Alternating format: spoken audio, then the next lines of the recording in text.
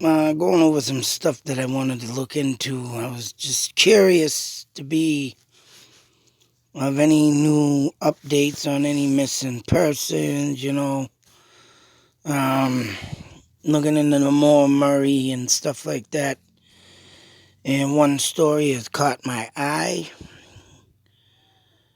Disappearance of Andy Puglisi. Was a Lawrence boy born in 1965.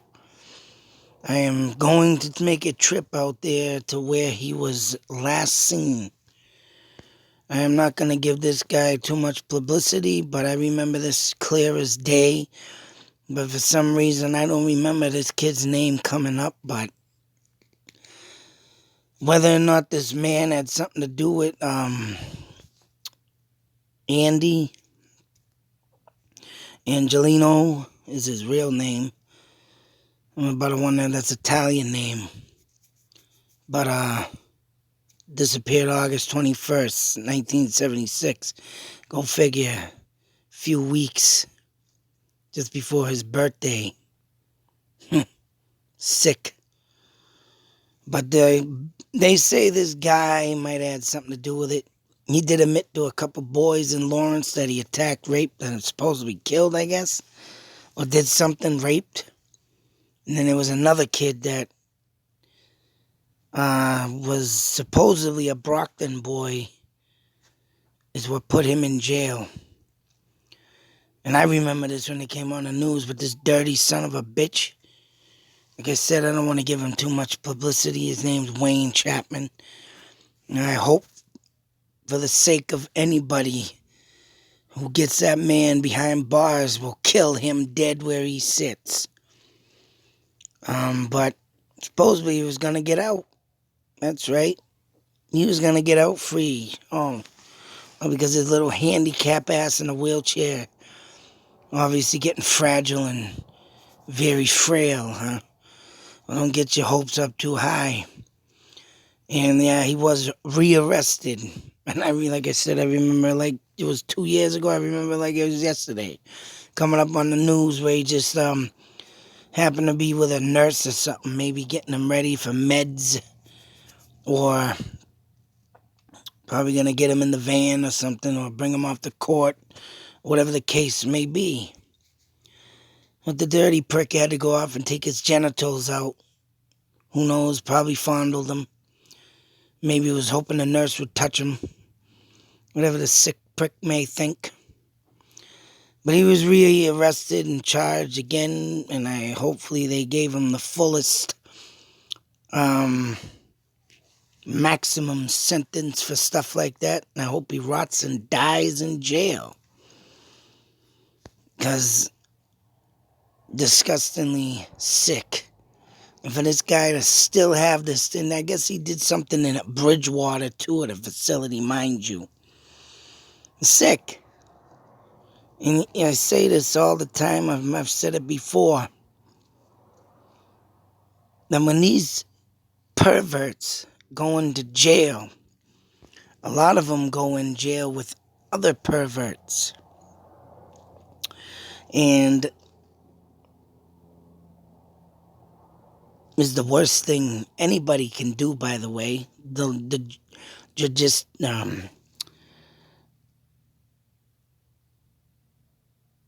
Anyways, how can I say this? For the courts or whatnot, and the jury, or say so the judge or the judicial system, can't get that out, yeah, jujitsu, in all seriousness, but the justice system, to break it down, the dummy terms, and I can't use that damn word, for letting a person to get out and let him free just because he's fragile and frail and in a wheelchair.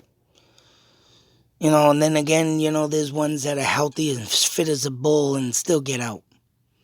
Sick. Think these people should rot there, die there, never see again the light of day. But for some apparent reason, some of them get to. Which I'm had enough. looking at his ugly puss. And if I was near him, I wouldn't be telling, don't know what I'd be telling, what I'd do to the sick bastard. But on to this more important. I did save a picture of him, of course, when I was looking up more Murray stuff. Top 10 missing cases came up. And this was one of them. And there's another one I might check out too, because there was a dead body found in the woods. But the kid don't have a name. He's about 15, 16 years old. They think he might have had ties with New York, in the Bronx. But for some reason, his body managed to get thrown into a set of woods. Small set of woods, mind you, just like this kid. Small set. And it just was found, never no answers. But this woman here, Mulaney, I guess was a friend of Andy. And for some reason, something that she can't explain made her feel afraid the day he became missing. That means we have a predator lurking about. Whether he was in that pool that day sitting, say so, on a towel, in a lawn chair, or in the parking lot, in a car, glaring, staring. But she wanted to go home or something, but Andy didn't want to leave yet. And last time she saw him, she even did a mini movie for this kid. Very honoring, touching. I haven't seen it yet. I don't know if I can get it up on YouTube. I would like to watch it, but in the best way that she could put the story. Last time she seen him was in green bathing suit trunks, as it says here, talking with friends. National Guards, Green Berets, truckers with CB radios throughout the friggin' area. Pitched in, searched. Called off after 6 days. In 1998, while researching for her documentary, Melaine Perkins met with two locals. I don't know, she must have been looking up her documentary or something. Met up with these two kids, neighborhood project kids. And there was a rectangular hole dug in the woods near the pool. Now, there are two sets of woods, very small set, big enough, though, to maybe bury someone and have enough secluded area to bury someone. And then off to the, like to say, if you're looking at Google Maps to the right, there's a bigger set. So this is the thing with these stories. You don't get an exact place. And they never told the police of it. So they went in there, found this rectangular hole. Never dug it up. Just left it there. Never thought of anything about it. Left it. 2 days later, went back. It was dug up and like something was taken out of it. And it goes on to say of a box, like a chest or a crate. Maybe even a coffin. So there was a shallow grave here dug. And now what gets me on this story? The guy I was just talking about, don't tell him where the hell he lived at the time. And if he was in there at the time of Lawrence with the other two kids and raped them, or I think he must have killed them. I mean, they don't, you want to talk about a poorly investigating case. Now, 2 years or a year after, I guess, yeah, finding a rectangular hole dug in the woods near the pool a year or two after Andy's disappearance. When the two were children, they described the hole as being perfectly rectangular. But what does it say? I don't. And there's that Wayne Chapman was arrested 2 weeks after Andy's disappearance in Waterloo, New York. In his van, police found Polaroid pictures of naked children, maps of wooded areas, fake police badge and starter pistol, duct tape, 8mm, movies of children. So this guy was prepared. Now, what I don't get, and right what it says right there, wooded areas of maps. What? You know, you want to talk about a poorly investigated day? Ever go in the woods by the pool to identify this hole or to even see, if one of them maps matched it? It doesn't say nothing. Shortly after, he confessed of raping 2 boys in Andy's hometown of Lawrence. So he didn't kill him, he just raped them. To one of the victims, later interviewed by Marlene Perkins, displayed a familiarity with the area. Despite being considered a prime suspect, police did not have sufficient evidence to arrest Chapman in the Andy case. Now, you want to talk about lousy investigation work. What did they do with these maps? What did they do with the Polaroids? Did they, it's like every question you want to be answered. Was Andy in one of them? Was one of them maps, like I said, to the wooded area in Lawrence? Or any wooded areas?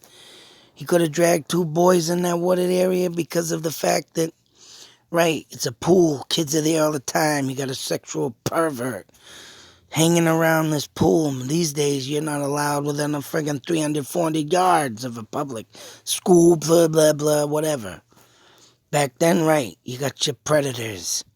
I met one when I was a kid, and I was fortunate enough to have the brains to use my head and say, that is not normal. Get away from me. And yeah, but this poor kid, who knows? If the body was moved, he could most definitely be maybe in Waterloo, New York. He probably drove him out there, dumped the body. Here's another like Ted Bundy gonna travel, rape, kill. Who knows who other kids that he's done. And they say, oh, boys in, 8mm movies of children, child pornography, high-end camera equipment, a bloody child sock and rope. This guy obviously wasn't fully looked through, and for him to be getting out, like they said, but yet he did a screw up by doing what he did to the nurse. But it's still, where are all these pieces of evidence, and how many of this stuff was ever really looked into, let alone Waterloo, New York? I still gotta map out to see how far that is from here. But, yeah, this is a tragic, sad story. And when you got a serial rapist like this guy, which obviously he was, it just even makes it more insane. Thinking, oh, what the hell did I do with that? Ah, shit. I didn't save it. Oh, there he is. Here he is when he was younger. Piece of shit. Don't want to look at him too much. There's another case I'm looking into. I'm going to do on this one too, but thought I did that. Oh, here's the poor kid right here, 10 years old. Angelo Jean Andy Puglisi. Looks like a fine, happy young boy right there, I tell you. In this picture, he has actually a little girl, I believe, baby. Maybe his little sister, maybe a cousin, whatever it may be. But yeah, it's a sad story. A 10-year-old boy didn't even get to live his life because of some piece of shit.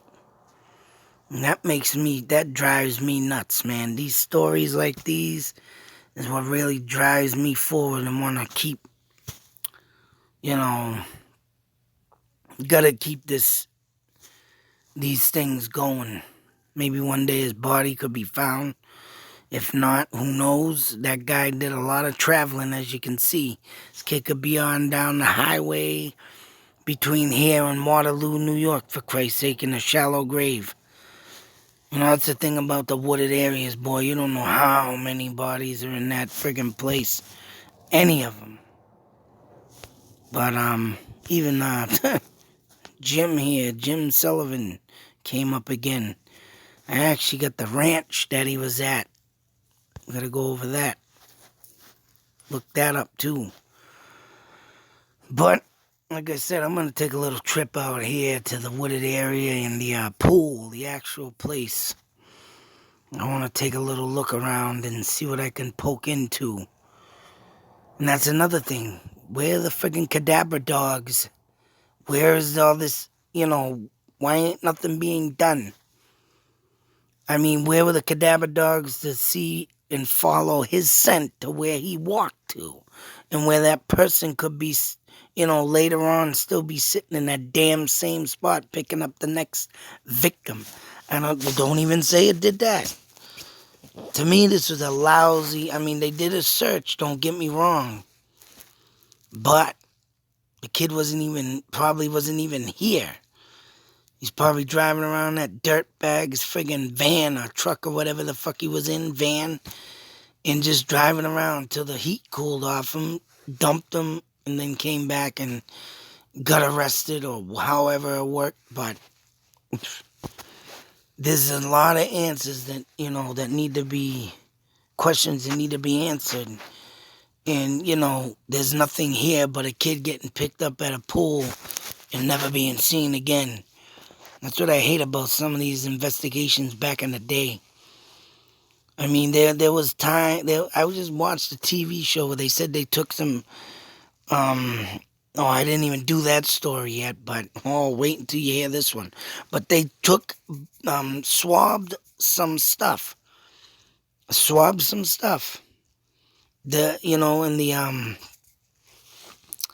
And back then, forensic wasn't even around. But they still swabbed that bite mark that was there. It all went into a bite mark. Swabbed some stuff and found out who the killer was. Because they saved that evidence. Now that's investigation right there. Whether or not there's something there that will take this case into the next level, you still take every goddamn piece of evidence. It doesn't matter if it can be looked at now or not. You just take it, put it in, and if it wasn't for that damn swab of someone's DNA, that case would have went clean, cold, and it would have looked as it was as a robbery. I gotta go over that. It's called The Lady with the Crazy Eyes. Man, when you see it, holy crap. But where were the cadaver dogs for this kid, and where was everything around it? Yeah, they searched and searched for a body in the woods or whatnot around, but oh man, it's just things you wish you could have been there to say, hey, what about this? Hey, do this. Hey. But poor kid's probably skeleton remains or somewhere along a friggin', like I say, a highway in the woods or... Sucks. I hate these cases, but gotta keep them alive. People, maybe someone can remember something that day of what that person drove or whatnot. But then again, why ain't they throwing the hammer down on this old son of a bitch to say, where's his body? And that's another thing. Why ain't this guy just coming clean? He's already been spent half his life in jail, frickin' crippled in a frickin' wheelchair. Hello? Say something, you old prick. Put a hammer to his goddamn thing down there and threaten to smash it until he speaks. That's what I do, but nothing. I mean, you know what? If you think about it, maybe he ain't the one who did it either.